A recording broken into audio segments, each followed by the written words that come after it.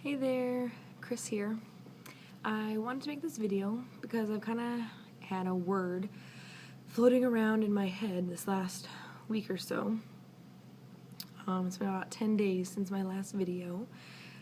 It's been just super duper busy, and so it seems that I can only really find the time or make the time when I'm at work on my lunch break. So here we go. The word that's been floating around in my head is acceptance. And I think that acceptance comes in many different forms.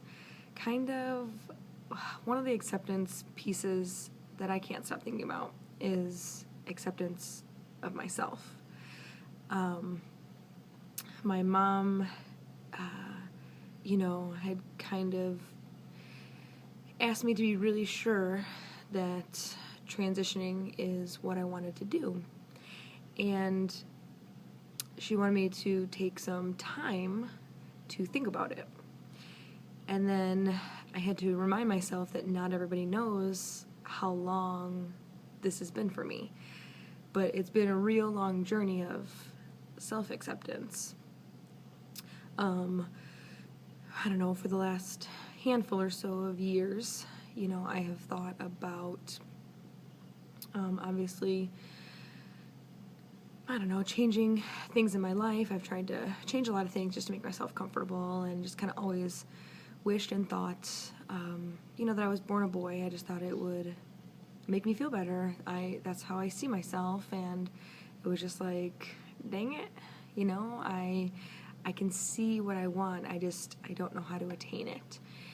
And so for a lot of years of that type of thinking, where it was just a wish or a fantasy, or I can change my clothes or my hair to, make me feel more like how I see myself, or stereotypically, more masculine.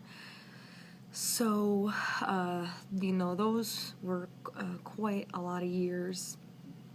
And then having previously met a couple people who were transgendered, and just really kind of taking an interest in their journey, obviously been very open about it.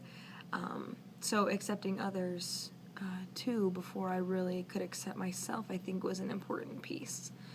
And then the last 7 or 8 months, it's probably been about really, truly accepting who I am. And probably about the last 8 weeks has just been pivotal. I mean, from the time I was able to go from just obsessing over watching everybody else's transition and thinking, damn, I wish that was me.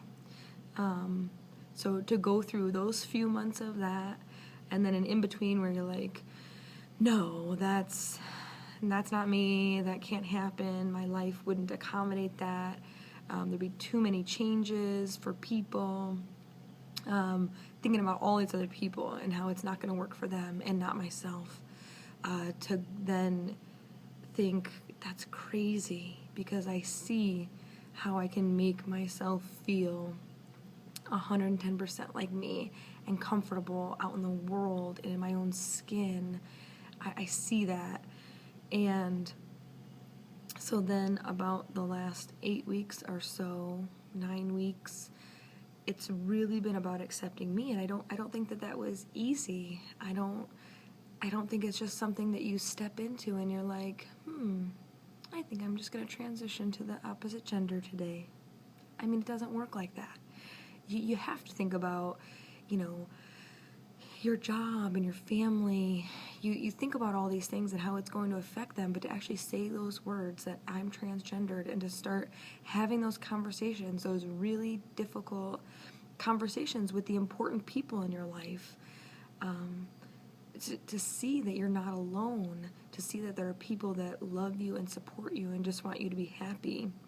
Whatever that support system is, family, friends, support group, which I have just recently found to be very awesome, and I think that's going to be an amazing experience. Just all these things that are saying, this is right, it's okay. to make me not scared anymore of how a piece of my life might not fit exactly perfectly, or how things might have to change a little bit. I had a lot of anxiety about a lot of things. I mean, it's a huge change. But to kind of go from that fear, and it's not, I don't know, at that point it almost doesn't feel so much like acceptance. It's just kind of overcoming that hurdle, because you've already accepted you, but also accepting all the changes that are going to come, and make sure that fits with you and your life.